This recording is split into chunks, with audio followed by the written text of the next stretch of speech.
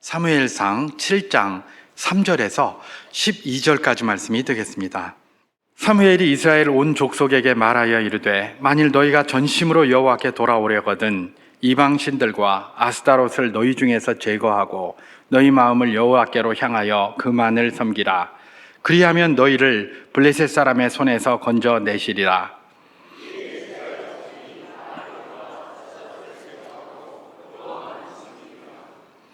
사무엘이 이르되 온 이스라엘은 미스바로 모이라. 내가 너희를 위하여 여호와께 기도하리라 하매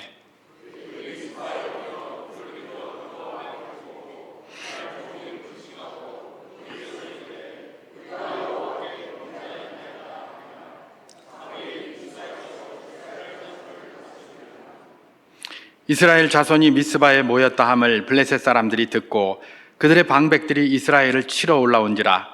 이스라엘 자손들이 듣고 블레셋 사람들을 두려워하여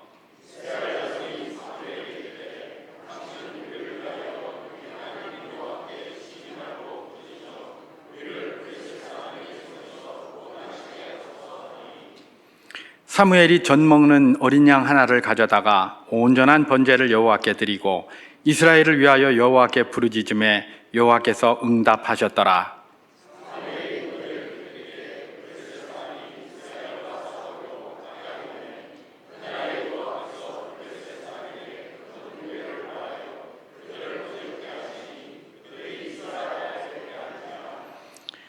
이스라엘 사람들이 미스바에서 나아가서 블레셋 사람들을 추격하여 벳갈 아래에 이르기까지 쳤더라. 사무엘이 돌을 취하여 미스바와 센 사이에 세워 이르되 여호와께서 여기까지 우리를 도우셨다 하고 그 이름을 에벤 에셀이라 하니라. 아멘.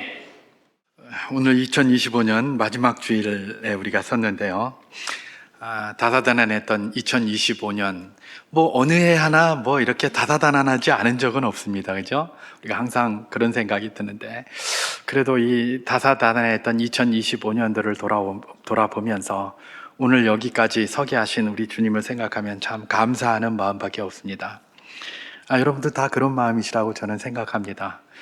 저는 거기에 더하여 저 개인적으로 하나님께 감사할 뿐만 아니라 2025년 동안도 여전히 하나님의 이 말씀에 순종하여 지금까지 함께 이렇게 동행해 주신 성도 여러분께 진심으로 감사를 드립니다.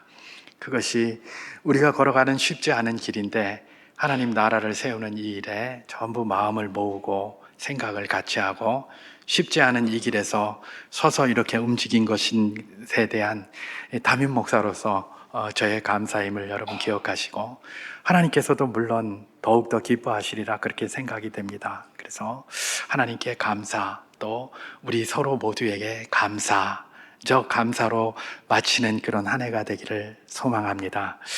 2026년도 하나님이 우리와 함께 하실까요? 안 하실까요? 함께 하실 것입니다. 우리도 그걸 바라고 있잖아요. 그죠? 하나님이 우리와 함께 하실 거예요. 왜냐하면 하나님은 우리와 함께 하기를 원하시는 분이시기 때문에 그래요.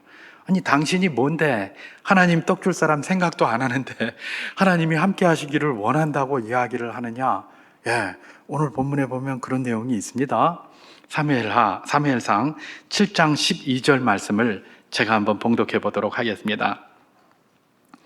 사무엘이 돌을 취하여 미스바와 센 사이에 세워 이르되 여호와께서 여기까지 우리를 도우셨다 하고 그 이름을 에벤 에셀이라 하니라. 이렇게 되어 있습니다. 사무엘이 블레셋과의 전쟁에서 다 진 줄 알았는데 하나님의 도우심으로 말미암아 승리를 하게 되는 것이죠. 그래서 블레셋이 침투해 왔는데 그 사람들이 도망가는 걸 추격해가지고 벳갈이라는 데까지 막 쫓아 내려갑니다. 그리고 나서 막 완전히 도주하고 있는 그 사람들을 거기서 더 이상 쫓지 않고 미스바와 센 사이에 돌을 하나 딱 세웠습니다. 그래서 그 돌을 에벤 에셀이다 이렇게 이름을 붙였습니다. 에벤 그러면 돌이라는 뜻입니다. 에셀 그러면 도움이라는 뜻입니다. 그래서 도움의 돌이라는 돌을 하나 세웠죠.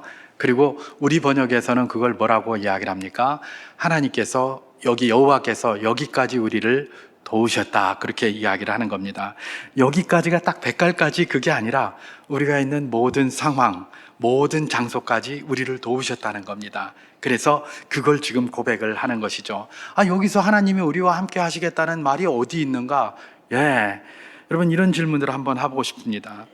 왜 하나님께서는 사무엘에게 이런 영감을 주셨는가? 지금 이 고백은 사무엘이 한 고백이잖아요. 그죠?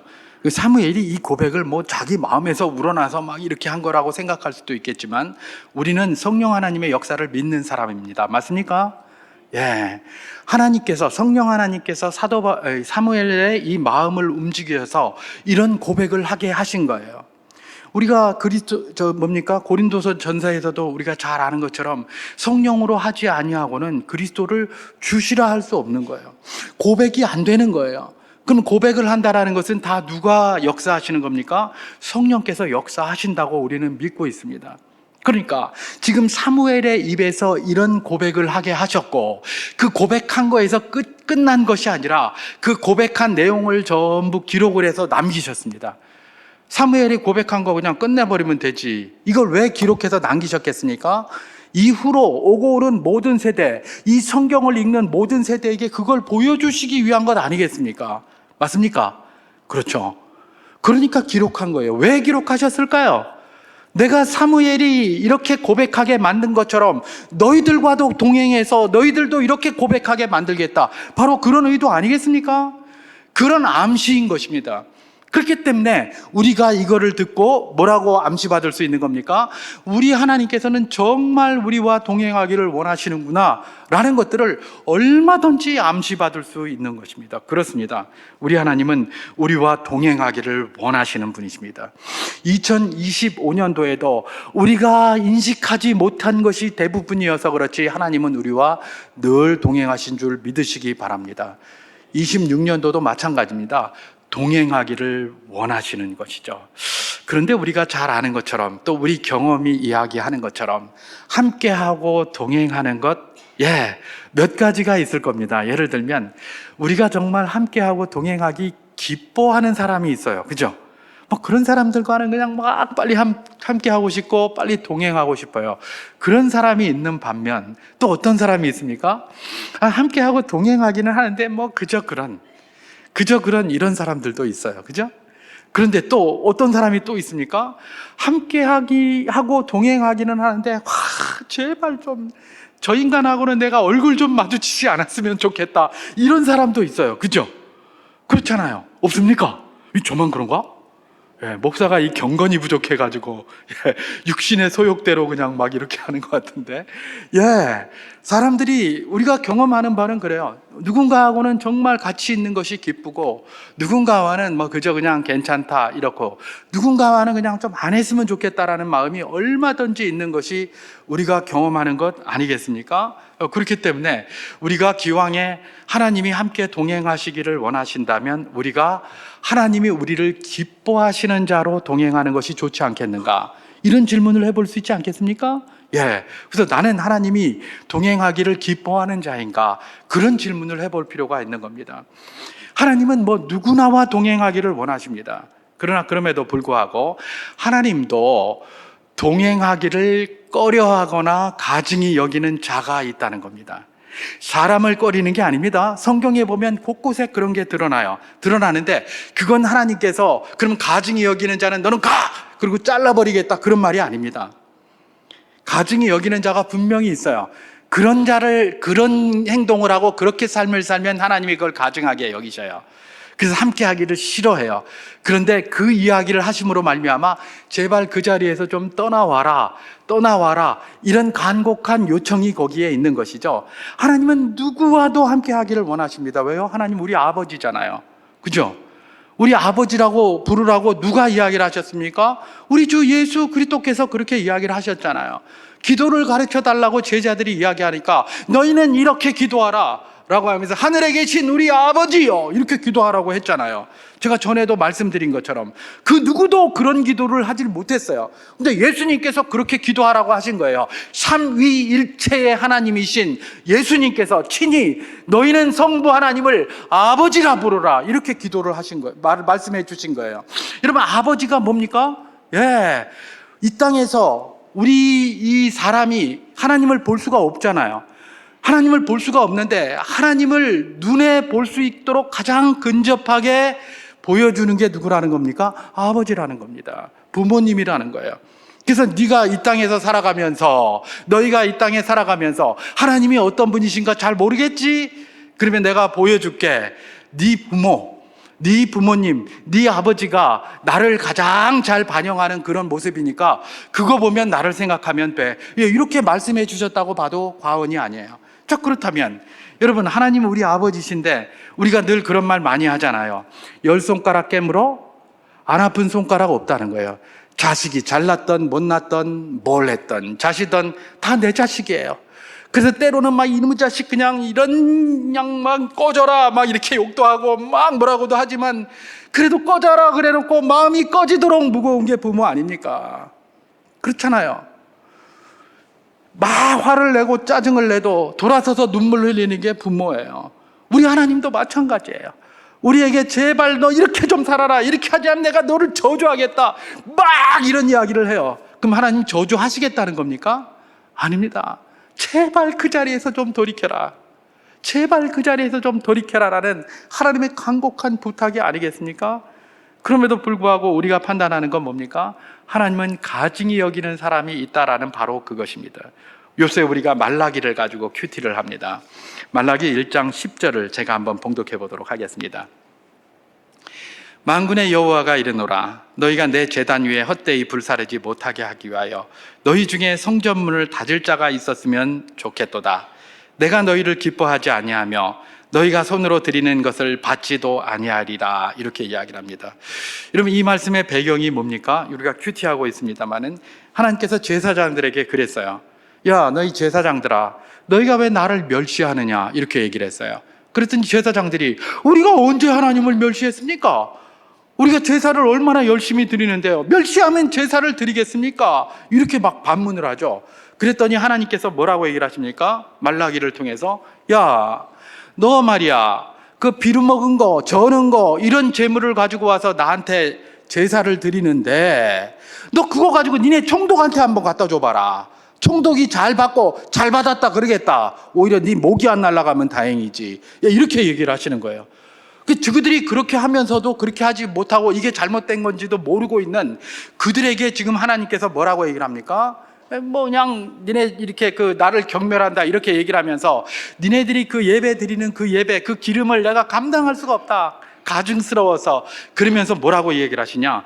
누가 좀 성전문 좀 닫아버렸으면 좋겠다. 그냥 닫아버렸으면 좋겠다. 제발 그런 예배 나한테 드리지 않게 하기 위해서 성전문 좀 닫아버렸으면 좋겠다, 이렇게 얘기를 합니다. 여러분, 이게 하나님께서 정말 성전문을 딱 닫고 니들과 관계 끊고 싶어서 이런 말 하는 걸까요? 그렇지 않습니다. 만약에 이스라엘 백성들과 정말 관계 끊어버리고 그랬다면 하나님이 직접 성전문 닫아버리면 되잖아요. 그죠? 하나님이 무슨 손이 없습니까? 뭐가 없습니까? 하나님이 손이 짧습니까? 길잖아요.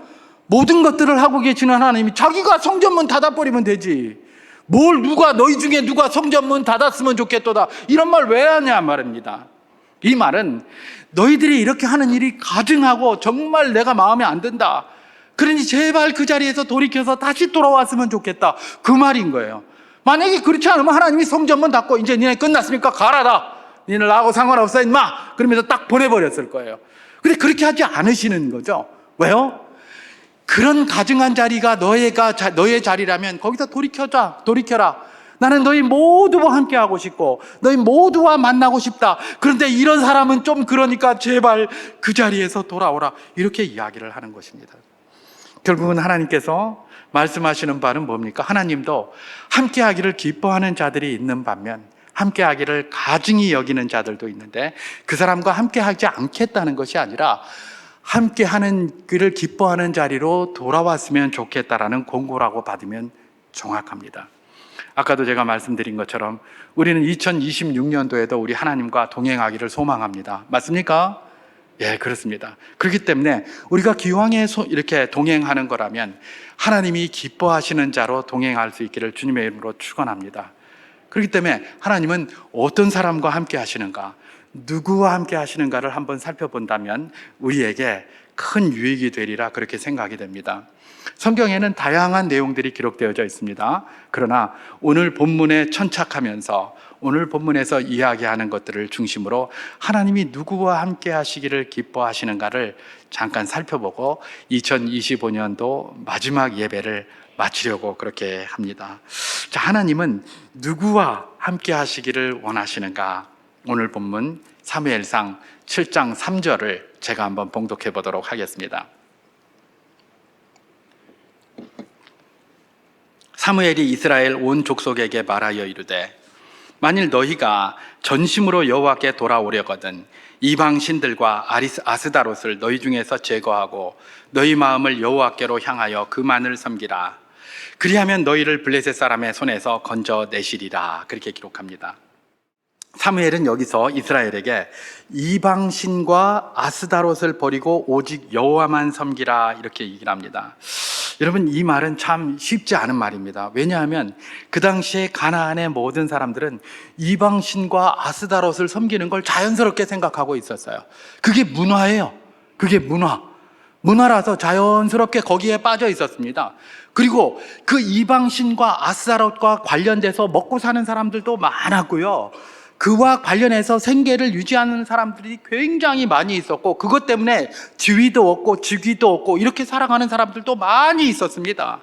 그런데 그것을 버리고 여호와만 섬기라 이렇게 이야기를 하는 겁니다. 여러분, 앞으로도 가나안에 살고 있는 이스라엘은 바알과 아세라, 아스타롯 그들의 그 섬기는 그 속에서 살아야 될 사람들이 분명합니다. 그런데 거기에서 살고 있는 이들에게 뭐예요? 그런 것들을 버리고 오직 여호와만 섬기라 그렇게 이야기를 합니다. 와, 이게 쉬운 일이겠는가? 여러분, 제가 이전에 군대에 있을 때, 요즘은 군대에서 그런 거 하는지 잘 모르겠어요. 요즘은 뭐 조금 훈련 힘들면 엄마한테 전화해가지고 엄마가 중대장한테 전화해서 왜 그런 훈련 시키느냐 이래서 그냥 중대장이 힘이 들어서 그런 거 안 시키고 뭐 이런 말들 우스갯소리가 많이 있던데, 제발 그게 우스갯소리였으면 참 좋겠습니다. 그죠? 예, 요새는 뭐 군대 보낸 아들을 유치원생 보낸 것처럼 유치원처럼 전화해가지고 막 중대장한테 뭐라 그러고 선임하사한테 뭐라 그러니까 군인들이 막 군대 생활 하기 싫어서 다 때려치운다고 하잖아요. 그죠? 모르겠어요. 그게 진짜인지. 하여튼 어쨌든 그런 말이 있으니까 말입니다. 이전에는 군대 생활할 때 뭐가 있었냐? 뭐 훈련소에 들어가서 또 군대 생활 해보신 분들은 다 알 겁니다. 딱 들어가면 뭐부터 배웁니까? 제일 먼저? 예, 점호할 때 제일 먼저 묻는 게 있어요. 직속상관 관등성명이에요. 다 아시죠? 남자들은 다 아실 겁니다. 군대 갔다 온 분들은. 직속상관 관등성명, 거기서 이렇게 탁 찍으면 중대장 대위 누구? 대대장 뭐 중령 누구? 뭐 이렇게 해야 돼요. 만약에 못합니까? 그럼 그냥 엄청나게 두들겨 맞는 겁니다. 그래가면서 중대장이 누구고 대대장이 누구고 연대장이 누구고 사단장이 누구고 다 이렇게 아는 겁니다. 그 직속 상관들이에요, 전부. 이거 왜 할까요? 이거 왜 할까요? 그거 군국주의의 산물이다 그래서 다 없애버리라고 뭐 이상한 말들 많이 하잖아요. 여러분, 이거 왜 할까요? 여러분, 만약에 전쟁이 났다고 생각해 보십시오. 우리 중대장이 여기 있습니다. 중대장이 있는데 중대장도 대위밖에 안 돼요. 그런데 내가 중대장이 뭐 해라, 야 이하사 뭐 해? 라고 이야기를 했는데 중대장 명령 듣고 막 하려고 그러는데 옆에 김대위가 오더니 야 이하사 그거 말고 이거 해 이러는 거예요. 그치? 또 옆에 있는 우리 대대장이 아닌데 딴 대대장 최중령이 오더니 야 이하사 너 뭐 해? 저거 해. 이번에는 계급이 같은 사람도 아니고 계급이 더 높은 사람이 와서 이야기를 해요. 그럼 나는 어떻게 합니까? 중대장이 시킨 건 이걸 하라고 그랬는데 옆에 오더니 다른 계급이 가는 다른 대위가 오더니 이거 하라고 그러고 또 더 계급이 높은 다른 대대장이 오더니 저거 하라고 그러고 나는 뭘 해야 됩니까? 이러다가 그냥 총 맞아 죽는 거예요. 아닙니까? 맞잖아요. 그러니까 직속상관 관등성명을 왜 애우게 하냐 하면 전쟁이 나든 무슨 상황이 있든 간에 상관없이 너는 누구의 말만 들어라? 직속상관 말만 들으라는 겁니다. 다른 사람 말 듣지 말라는 겁니다. 너에게 중대장이 누구냐? 이 아무개냐? 그러면 그 사람 말만 들어라. 너는 제대할 때까지 그 사람 말만 듣고 다른 사람 누가 뭐라고 하더라도 그 사람 말을 먼저 들어야 된다. 그 사람에게 물어보고 이렇게 해도 되냐라고 하면 된다고 하면 그때 하고 그렇지 않으면 말 듣지 말아라. 그런 이야기입니다. 그 많은 군인들이 있고 그 많은 지휘관들이 있는데 내가 그걸 어떻게 다 한단 말입니까? 그러니까 직속상관 관등성명을 늘 외우게 했어요. 왜 이런 이상한 짓을 시키는가? 그런 생각 많이 하셨죠? 예, 그 이유가 있는 거예요. 다른 사람 말 듣지 말라는 거예요. 군인이 한두 명이 아니잖아요. 중대장이 한두 명이 아니고 대대장이 한두 명이 아니에요. 그러면 그 많은 말을 다 들어야 돼요. 그러면 내가 쫄병인데 누구 말을 들어야 된단 말입니까? 다른 사람 말 듣지 말고 목에 칼이 들어와도 네 직속상관 말만 들으라, 이런 이야기입니다. 근데 요새는 TV 같은 거 보면 이게 별들이 나와가지고 완전 똥별만 차고 앉아가지고 직속상관 말은 하나도 안 듣고, 무슨 국회의원, 아니 별들이 왜 국회의원 말을 듣습니까? 아닙니까? 직속상관 말을 들어야죠. 똥별들이만 가득해 있어요. 참 미래가, 이게 아주 군대가, 이러니까 군대가 연약해지고 아무 말도 못하고 전부 쪽팔리고 군대 안 가려고 그러고, 안 그래도 안 가려고 그러는데 장교들도 다 군대 그만두려고 그러고, 사관학교가 입학을 했는데 다 나간다고 그러고 미달된다고, 이런 소리 나오는 것 아닙니까? 이런 소리. 그렇지 않습니까? 군대를 이렇게 똥별들이 똥같이 만들어놔서 그래요. 똥같이 만들어놔서. 여러분, 제가 왜 갑자기 직속상관 관등성명을 이야기를 합니까? 우리에게 직속상관이 있다는 겁니다. 우리도 밥을 먹어야 삽니다. 우리도 돈 벌어야 돼요. 직장에서 일을 해야 됩니다. 다 필요합니다. 아이고, 예수만 있으면 돼. 다 필요 없어. 아닙니다. 예수만 있으면 되면 저기 사막에 가서 예수만 찾다가 다 굶어 죽습니다. 직장도 없이 왔다 갔다 하다가 예수만 찾다가 다 굶어 죽어요. 예수도 있어야 되지, 직장도 있어야 되는 겁니다. 밥도 있어야 되는 거예요. 먹어야 돼요. 일도 해야 돼요. 취직도 해야 되고요. 다 해야 돼요. 그런 거 필요 없고 예수만 있으면 된다, 그런 소리 믿지 마십시오. 그런 말하는 사람, 너는 예수만 가지고 그럼 살아봐라, 그렇게 한번 질문하십시오. 지는 그렇게 살 수 있는가? 다 있어야 됩니다. 다 있어야 돼요. 그러나 우리 주님이 말씀하시는 건 뭡니까? 다 있어야 되지만, 네가 밥을 먹어야 되지만 밥을 의지하는 사람이 돼서는 안 된다. 네가 돈을 벌어야 되지만 돈을 의지하는 사람이 돼서는 안 된다. 네가 취직하고 생업을 유지해 나가야 되지만 생업을 의지하는 사람이 돼서는 안 된다. 바로 그 이야기를 하고 계시는 것입니다. 우리 주님이 함께 하시기를 원하시는 사람이 누구라고요? 지금 사무엘이 고백하는 것, 도전하는 것처럼 여호와만 섬기고 그만 의지하는 사람이 되라는 겁니다. 이게 바로 그런 의미입니다. 우리에게 밥도 필요하고요, 돈도 필요하고 실력도 필요하고 모든 게 필요합니다. 그건 우리가 삶을 위해서 필요한 것이고, 뭘 하라는 겁니까? 의지할 자가 아니라는 겁니다. 우리가 의지할 유일한 직속상관이 있다는 겁니다. 그 직속상관이 누굽니까? 예수라는 겁니다. 그 직속상관이 누굽니까? 하나님이시라는 겁니다. 이 세상에 많은 것들이 내가 상관이다라고 이야기를 합니다. 때로는 돈이 와서 그럽니다. 아까 제가 이야기한 것처럼 네 돈 없이 살 수 있나? 돈 없이 살 수 없네. 그러면서 옆에 와서 속삭입니다. 내가 너에게 명령할게. 내가 너에게 명령할게. 그래요. 그때 우리는 뭘 해야 됩니까? 우리의 직속상관은 예수야. 당신 필요하고 너 필요하지만 나는 너를 의지하지 않을 거야. 나는 직속상관인 예수만 의지하고 그 명령을 따라 사는 그의 종이야. 이런 고백을 할 줄 알아야 되는 것입니다. 세상에 필요한 것들이 많기 때문에 그것이 우리를 종 삼아서 우리를 부리려고 합니다. 근데 우리가 항상 잊지 말아야 될 것이 무엇입니까? 우리의 직속상관은 예수다. 다른 모든 것들이 평상시에는 우리를 주관하려고 할지 모릅니다. 그러나 명령을 받고 움직여야 합니까? 직속상관 관등성명을 잊지 마시기 바랍니다. 그리스도 예수, 그가 우리의 직속상관이신 것입니다. 하나님은 누구와 함께 하시기를 원하십니까? 이렇게 직속상관이 그리스도 예수라는 것을 명확히 알고 있는 그런 자들과 함께 하기를 원하시는 겁니다. 세상에 의지할 것 참 많습니다. 그러나 그런 걸 의지하는 것이 아니라, 필요해서 우리가 그것을 쫓아가긴 하지만 그걸 의지하는 것이 아니라, 우리가 의지할 분은 우리의 직속상관이신 예수 그리스도 외에는 없노라 라고 고백하는 그런 분들. 지금까지 우리가 그렇게 살아왔는데 2026년도에도 그렇게 살 수 있는 복된 분들 될 수 있기를 주님의 이름으로 축원합니다. 그리하면 주님께서 우리와 동행하시며 은혜를 베풀어 주시고 우리와 함께 하시기를 크게 기뻐하실 줄 믿습니다. 한 가지 더 살피면 우리 주님께서 함께 하시기를 원하는 사람들이 있습니다. 그들이 누구인가? 바로 미스바로 나오는 사람들이다라고 말할 수 있을 것입니다. 제가 오늘 본문 사무엘상 7장 5절에서부터 6절까지 말씀을 봉독해 보도록 하겠습니다.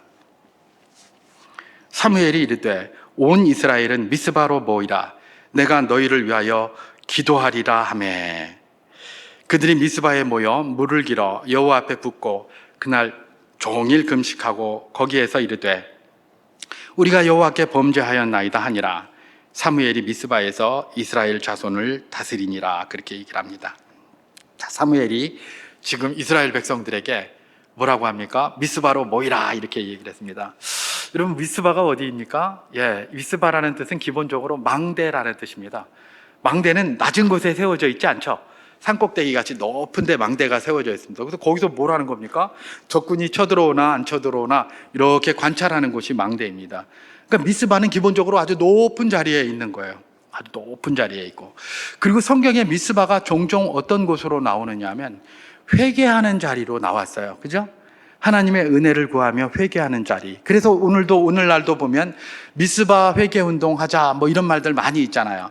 결국 미스바는 회개함으로 하나님의 은혜를 구하는 바로 그런 자리를 미스바라고 많이 사용하고 있습니다. 그런데 사무엘이 거기로 모이라고 이렇게 이야기를 했습니다. 모이라고 하고 다른 것 때문에 모이라고 한 것이 아니라 기도하래라. 내가 너희를 위해서 기도해 줄게. 모여라. 이렇게 얘기를 하고 있는 겁니다. 지금 전쟁 중인데 하필 그 기도하라고 거기로 모이자고 이렇게 누가 얘기를 한 거예요? 사무엘이 이야기를 한 겁니다. 그런데 모든 이스라엘이 거기에 미스바에 모였다라고 이렇게 이야기를 하지만, 그러나 모든 사람이 모였겠습니까? 모든 사람이 모이지는 않았을 겁니다. 뭐 예를 들면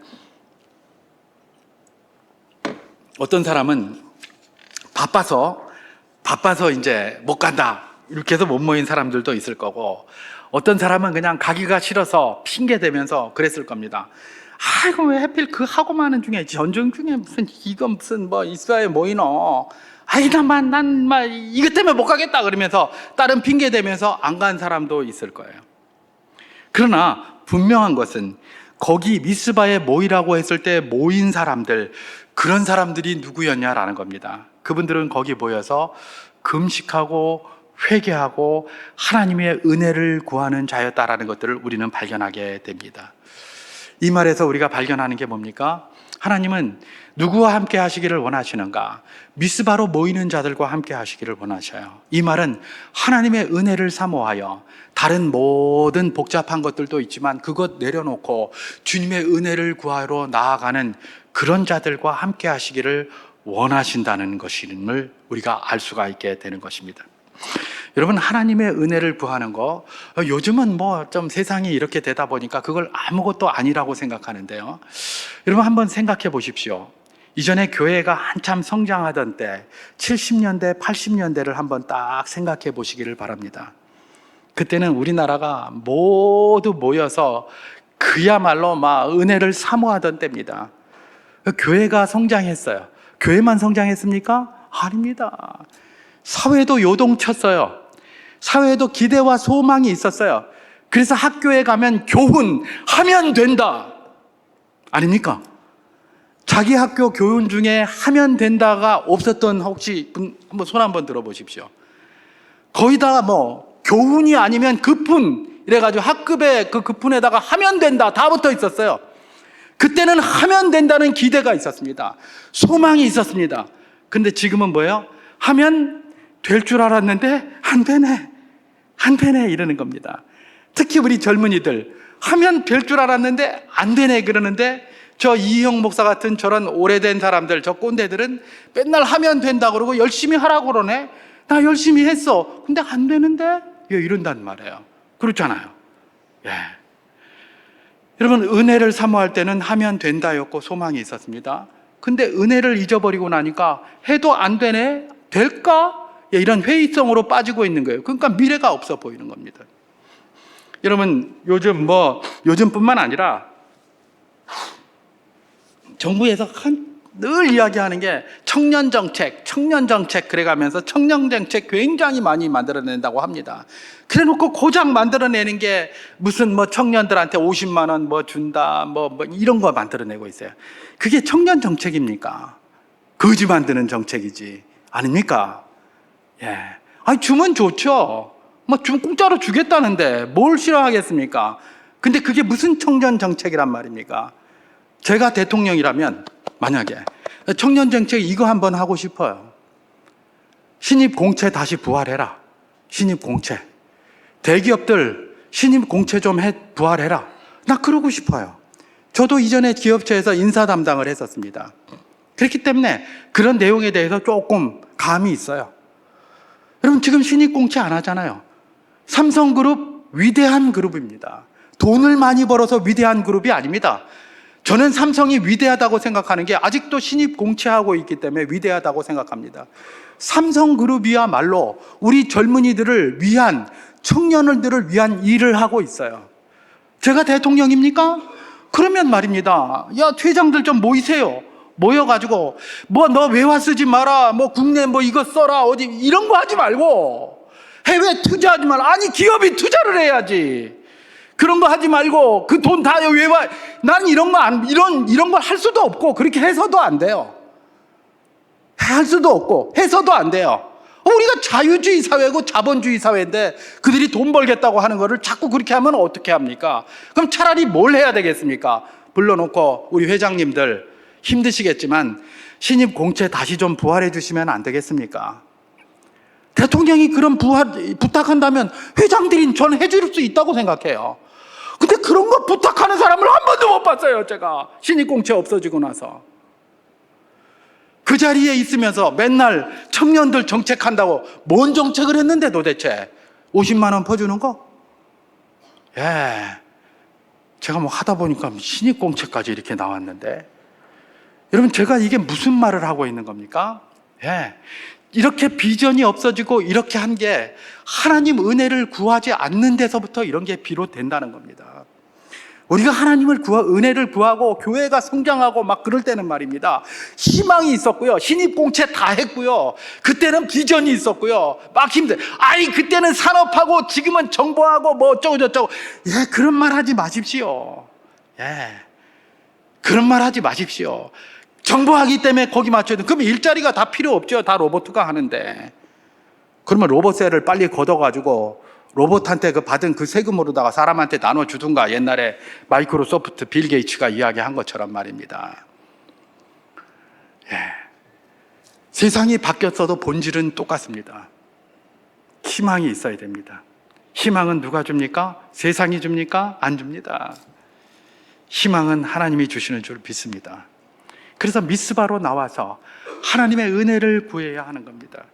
하나님을 은혜를 구하는 자는 하나님이 기뻐하시고 그 은혜를 구하는 자와 우리 하나님이 동행하게 된다는 것입니다. 그런데 뭡니까? 예, 은혜를 갖다가 이렇게 사모를 하면 별게 다 되게 돼 있어요. 전에도 제가 한번 말씀드렸었죠. 이전에 기도원이 있었습니다. 교회가 한참 성장할 때 기도원에 사람들 많이 갔습니다. 요새 기도원 다 망했어요. 기도원 다 문 닫았습니다. 아무리 뭐 시스템 좋게 하고 뭐 옛날에는 가면 밥도 한 그릇 제대로 먹기도 힘들고 춥고 그런 데 가서 무릎 꿇고 앉아가지고 비닐하우스에 여기 우리 가나안 수양관 저런 데만 가도 비닐하우스에 들어가서 이 뭡니까 방석 위에다 무릎 꿇고 그냥 추워가지고 막 이래 가면서 기도하고 그랬잖아요. 근데 지금은 그럼 그렇게 했다가는 아무도 안 가죠. 그러니까 뭐 호텔급으로 뭘 만들어 놓고 막 이렇게 해도 오는 사람이 없어요. 기도원들 다 문 닫았어요. 왜요? 은혜를 사모하지 않으니까. 은혜를 안 구해요. 은혜를 안 구하고 미스바로 가려고 하지 않아요. 그러니 하나님 동행하시겠습니까? 안 하는 것이죠. 그때는 소망이 있었잖아요. 여러분 기도원에 가면 어땠습니까? 개가 짖어도 은혜 받아요. 왜요? 예, 개가 짖어도 내가 은혜를 받으러 갔기 때문에 개 짖는 소리가 개 짖는 소리로 안 들려요. 이전에 저기 기도원에 그랬다니까요. 거기 가면 그 옆에서 누군가가 개를 길렀어요. 그러니까 한참 기도하다 보면 개들이 얼마나 시끄럽게 짖는지 몰라요. 굉장히 시끄럽게 짖어요. 그게 왜 짖을까요? 예, 개 주인이 거기 먹이 주려고 예, 이렇게 밥통 들고 이렇게 오는 거예요. 그러면 개들이 지그달라고 막 소리를 지르고 막 짖고 막 그러거든요. 근데 거기서 기도하는 사람들은 뭐라고 하는 줄 아세요? 와, 하나님 은혜가 임하니까 개도 기도하네. 그 개들은 짖고 싶어서 빨리 자기 먹고 싶어서 나도 줘 그러면서 소리를 지르고 있는데 기도하는 사람 귀에는 그 개 짖는 소리가 뭘로 들려요? 아, 저것들도 기도하고 있네. 기도하는 소리로 들리는 거예요. 여러분, 세상이 감당하겠습니까? 이거 미친 사람이라고요? 아니요. 은혜를 사모해서 그러는 자들을 세상이 감당하겠습니까? 세상이 감당할 수 없는 거예요. 여러분, 은혜를 사모해야 되고 미스바를 왜 나아가야 됩니까? 우리 하나님이 그런 자를 기뻐하시고, 하나님 은혜 아니면 나는 못 삽니다. 내가 돈도 벌어야 되고 내가 직장도 있어야 되고 높은 자리에 올라가야 되고 할 것도 많지만 그것들은 나의 삶을 위해서 필요한 것이지 내가 의지할 것 아니고 내가 의지할 오직 유일하신 직속상관은 우리 예수님이고 예수님이 주시는 그 은혜가 나의 삶을 주관해 갑니다. 그런 고백을 하는 자, 그런 고백을 하는 자와 우리 주님은 동행하기를 원하신다는 것입니다. 하나만 더 살펴보도록 하겠습니다. 우리 주님이 함께 하시고 동행하시기를 원하는 자는 누구인가? 어떤 상황에서도 예배하는 자들이다라는 것들을 우리는 알게 됩니다. 오늘 본문 사무엘상 7장 7절 말씀을 제가 한번 봉독해 보도록 하겠습니다.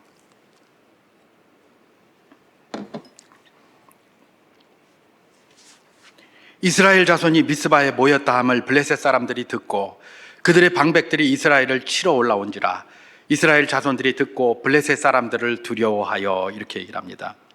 제가 아까 말씀드릴 때 미스바는 망대라고 했습니다. 높은 곳에 있습니다. 그러니까 좋은 점도 있어요. 어떤 점입니까? 예, 위에서 이렇게 적이 쳐들어오나 안 들어오나 이렇게 보는 그 장점이 있어요. 그죠? 그런데 그게 장점임과 동시에 단점일 수도 있어요. 완전 무장을 하고 있고 이렇게 적이 쳐들어오면 언제든지 그야말로 공격할 수 있는 준비를 하고 있다면 장점이에요. 높은 데 있는 게. 그죠? 근데 만약에 준비를 안 하고 있다고 생각하면 어떻게 됩니까? 아, 위에서 보니까 밑에서 적군이 막 올라오고 있네? 차라리 안 보이면 모르겠는데 눈에 보이니까 뭘 하게 되는 겁니까? 두려움이 생기는 겁니다. 내가 아무것도 준비 안 했잖아요. 그죠?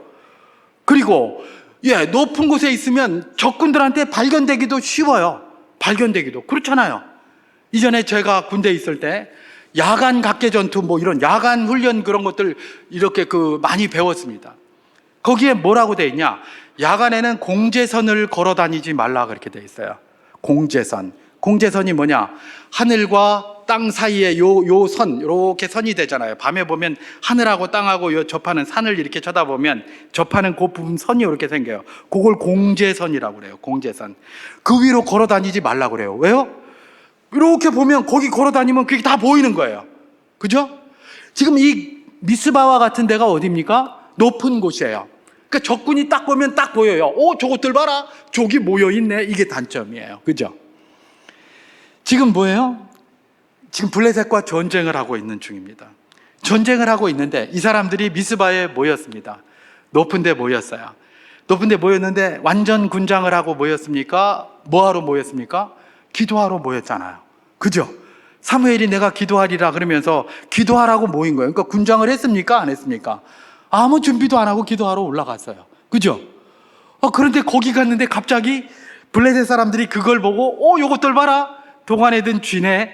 그러면서 대군을 이끌고 거기 미스바를 향해서 올라가고 있습니다. 굉장히 지금 취약한 거죠.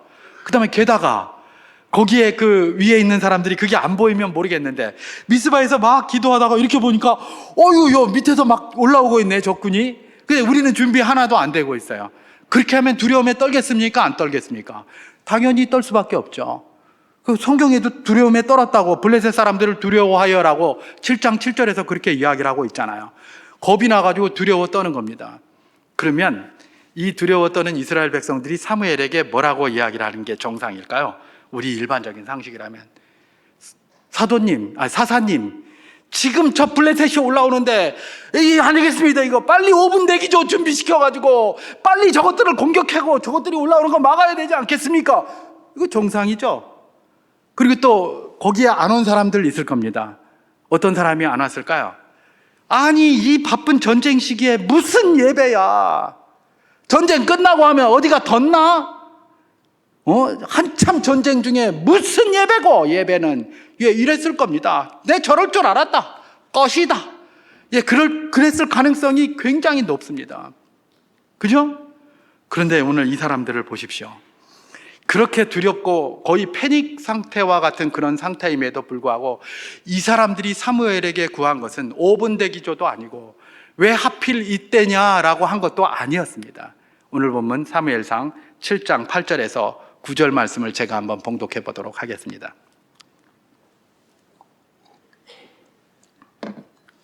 이스라엘 자손이 사무엘에게 이르되 당신은 우리를 위하여 우리 하나님 여호와께 쉬지 말고 부르짖어 우리를 블레셋 사람들의 손에서 구원하시게 하소서 하니, 사무엘이 젖 먹는 어린 양 하나를 가져다가 온전한 번제를 여호와께 드리고 이스라엘을 위하여 여호와께 부르짖으며 여호와께서 응답하셨더라. 그렇게 얘기를 합니다.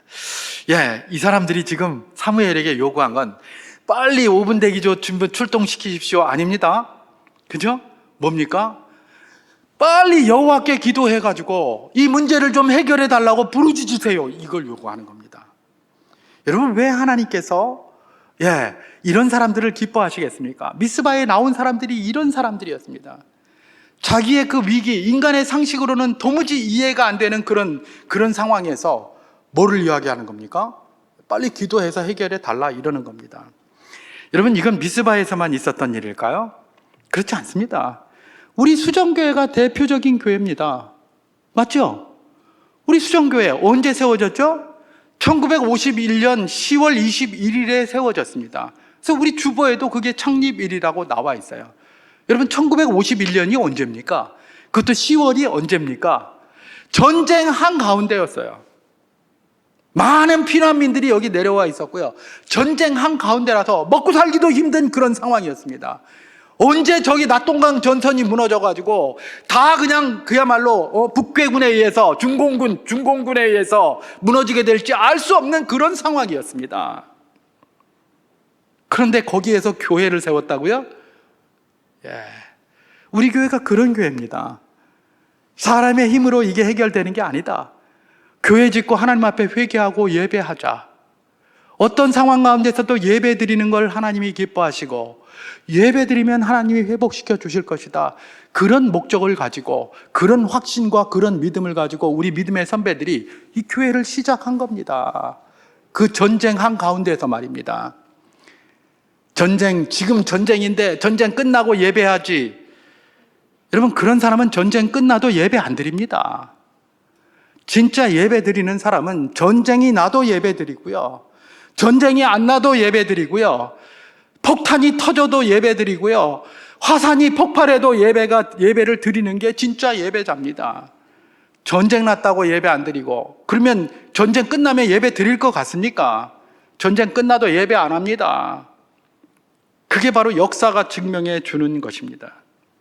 우리 수정교회 전쟁 한가운데 예배 드렸습니다. 어떤 사람은 그랬을지 모르겠습니다. 전쟁이나 끝나고 하지, 저 개독들 무슨 예배로다가 해결하겠다고 분명히 그랬을지 모릅니다.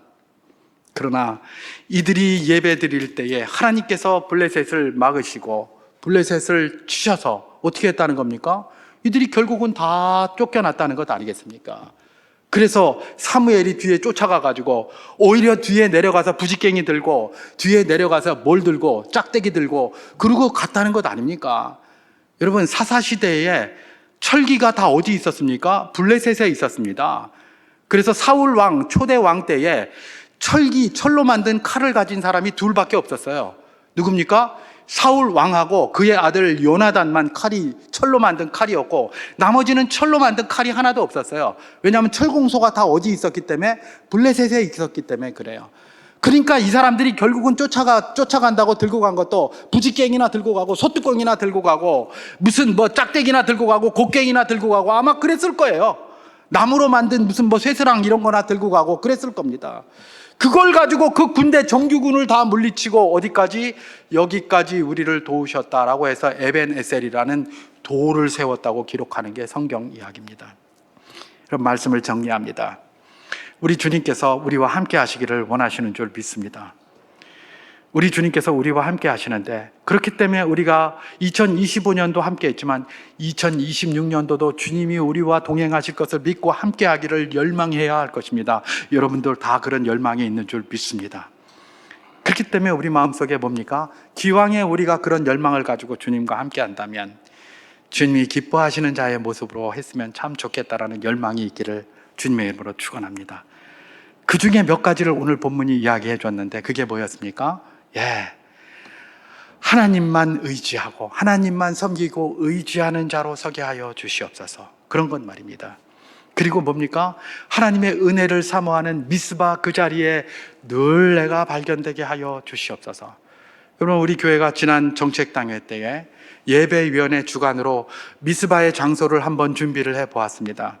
1월 5일부터 9일까지 새해 첫 주를 하나님 앞에 아름답게 드려보자 이래가지고 새벽 기도 때 하면 많이 모일 수 없으니 저녁 시간에 한번 해봅시다. 그래서 8시부터 이렇게 시작하는 걸로 다 했습니다. 저는 그 자리가 미스바의 자리라고 생각합니다. 하나님이 은혜를 부어 주실 것입니다. 그 자리에 하나님 역사하셔서 2026년도 블레셋의 대승을 거둘 수 있는, 세상으로 대표되는 블레셋에서 대승을 거둘 수 있는 능력을 우리에게 허락해 주실 줄 믿습니다. 그 자리에 나오셔서 우리가 어디서 기도할 수 있지만 그 자리에 나오셔서 함께 기도함으로 하나님의 역사와 능력을 체험하는 복된 시간이 되기를 소망합니다. 그리고 하나님은 어떤 사람과 함께 하기를 원하십니까? 어떤 상황 속에서도 예배하는 자, 그것도 온전히 예배하는 자와 함께 하기를 원하십니다. 다른 거 뭐 갖추고 이런 걸 말하는 게 아니라 내 마음의 온전함입니다.